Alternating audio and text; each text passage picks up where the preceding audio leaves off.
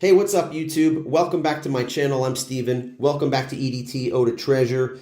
In this video, I don't have a discontinued vintage or rare fragrance. Maybe it's a rare fragrance. Definitely an interesting fragrance. I have a new modern fragrance that I just picked up. Kenzo Homme Eau de Parfum. This is from 2022. This is somewhat of a hype beast on YouTube. A lot of talk about this one. Can't wait to tear this one open and try it out. And I just thought, why not hit the record button on my phone? Make a video about it. Gonna open this one up, unbox this one, tell you what it smells like, tell you what I think about this one, and I'll tell you where I got it too.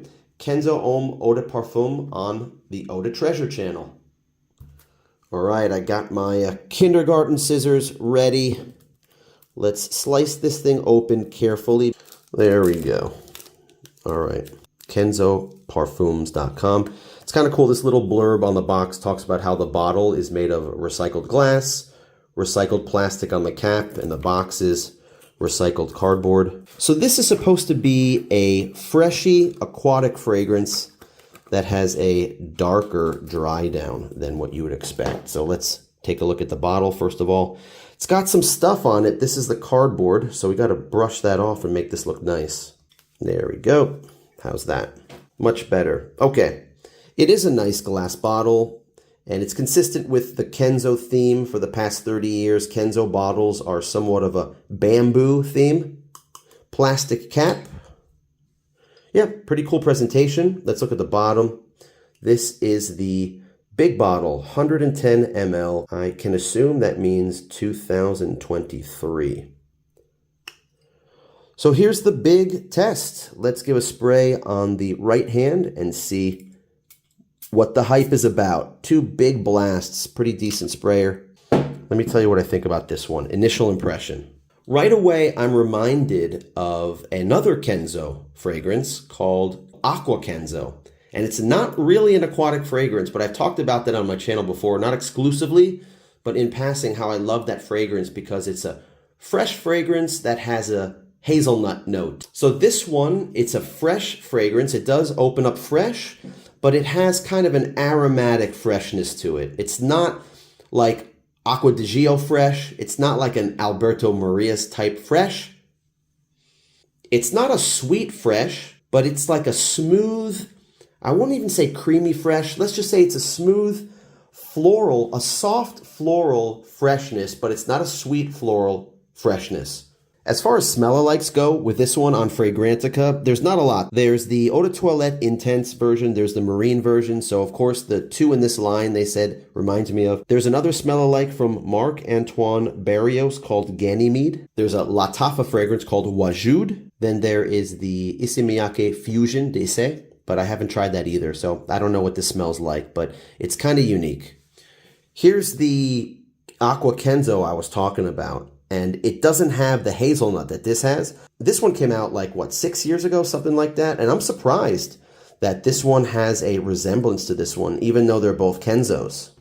And while this one's drying down, let me tell you a little bit more about this fragrance. This was made by the perfumer Quentin Bish. He's very, very popular right now. His name is, I just see his name everywhere because he's made a lot of hits. He's had a lot of hits in the past 5 years or so. He's done pretty much all the popular Jean-Paul Gaultier fragrances from the recent years like Le Parfum and Elixir and Le Beau EDP. He's done the Carolina Herrera Good Girl fragrances and Bad Boy fragrances, among others. Now let me read you off the notes that are in this one according to Fragrantica. And this is going to be easy, just 3 notes, guys. C notes, leather, and patchouli.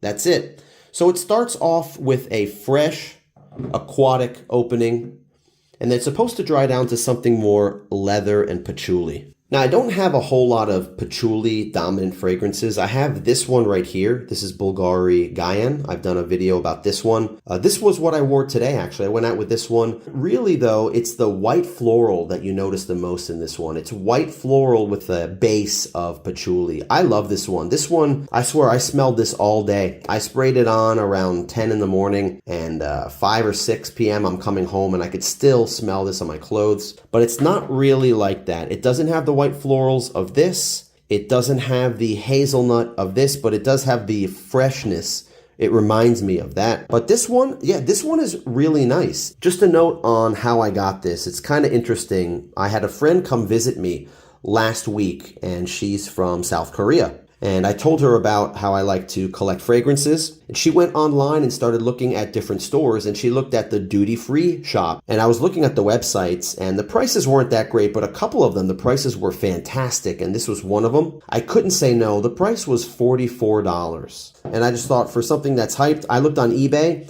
These things are selling for like $150. Or like a few months ago, and last month, they were selling for like $150. Maybe they came back in stock because some of them were selling for $75 or $80, but this was like half price, so I had to grab it, had to try it. Another amazing deal was this one right here. I talked about this too. This one is called Moncler pour Homme. I made a video about this. This is the jumbo 150 ml bottle that has the LED screen on it. This is a nice woody fragrance. I mean, really woody. It smells like cedar, like you're walking around in the forest, pine trees, that kind of thing. $50, guys. This was $50. I mean, these are selling on eBay for like $120. The retail of these is like $250 or more. So when I saw $50, man, I was like, oh my God, I can't believe it. Like I even bought a second one. I bought 2 of these. And I'm not even going to open it up. This is interesting how they seal them in this pack. Like you can't open this up. It says, you know, do not open until final destination on your trip. So it's a duty-free sealed Moncler pour Homme fragrance. I bought another one too. I bought this one, Prada Luna Rossa Carbon. The price wasn't that cheap, but it was $80. Usually these now are somewhere around $110 or $120. So it was about $30 cheaper than what it normally is, $30 or $40 cheaper. I said, what the heck? And I grabbed it. I know it's a pretty good fragrance. You know, this one is Prada's version of Dior Sauvage. And this one I didn't get at duty free. I just wanted to show you, since I'm talking about Prada Luna Rossa Carbon, why not show this one? This is black. This one was 10,000 yen, and that in dollars is about $60, $62, something like that, for pretty much a brand new 100 ml bottle. The tester bottle, but it's the exact same bottle because you guys know that the cap, yeah, it even has that plastic thing. See that? It even has this thing, and the cap is just on there all the time. So pretty good deal, right? Have you ever seen it that cheap recently? Less than $65, like $62. That's what these used to cost. These used to be like $55 or $60. I used to equate these like 5 years ago to like the Ferragamo Uomo line or like Versace Dylan Blue, like in that $40 to $50 price range. And then as these got more popular and as there was a little bit of discontinuation talk, like they became hard to find a little bit a couple of years ago, the prices shot through the roof and they went to $100 instantly. But now I guess they're more available now. Let's close out the video, guys. Back to this one. Let me tell you what I think of the dry down, because it's been a good 10 or 15 minutes. All right, it hasn't been like a true dry down. It hasn't been an hour or two. It's just been about 15 minutes. I've been making this video and just kind of walking around, smelling this thing, smelling this in the air. The performance is pretty good. It's pretty decent so far. And the leather is coming out in this now. And I grabbed my other leather fragrance that I have here. You guys know that I have Tom Ford Ombre Leather. I've been smelling this one compared to this one. And what I can say is, yeah, this has a light leather base that comes out as it dries down. So it starts off fresh, kind of reminds me of this without the hazelnut. Nice aromatic, fresh fragrance. And then it quickly dries down to something that is more of a light leather fragrance. This is really nice.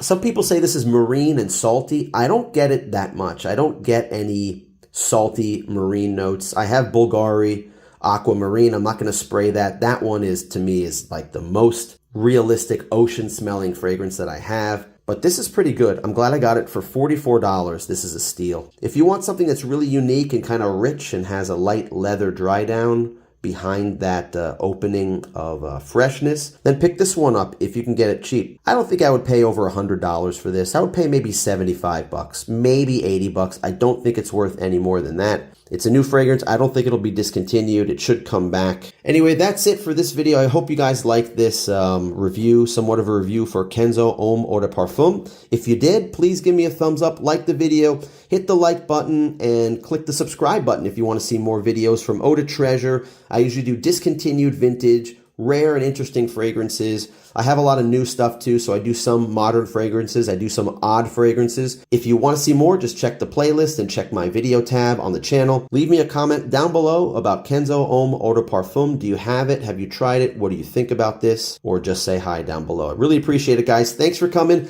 Hope you're having a great day out there, and I'll catch you in the next video. Take care.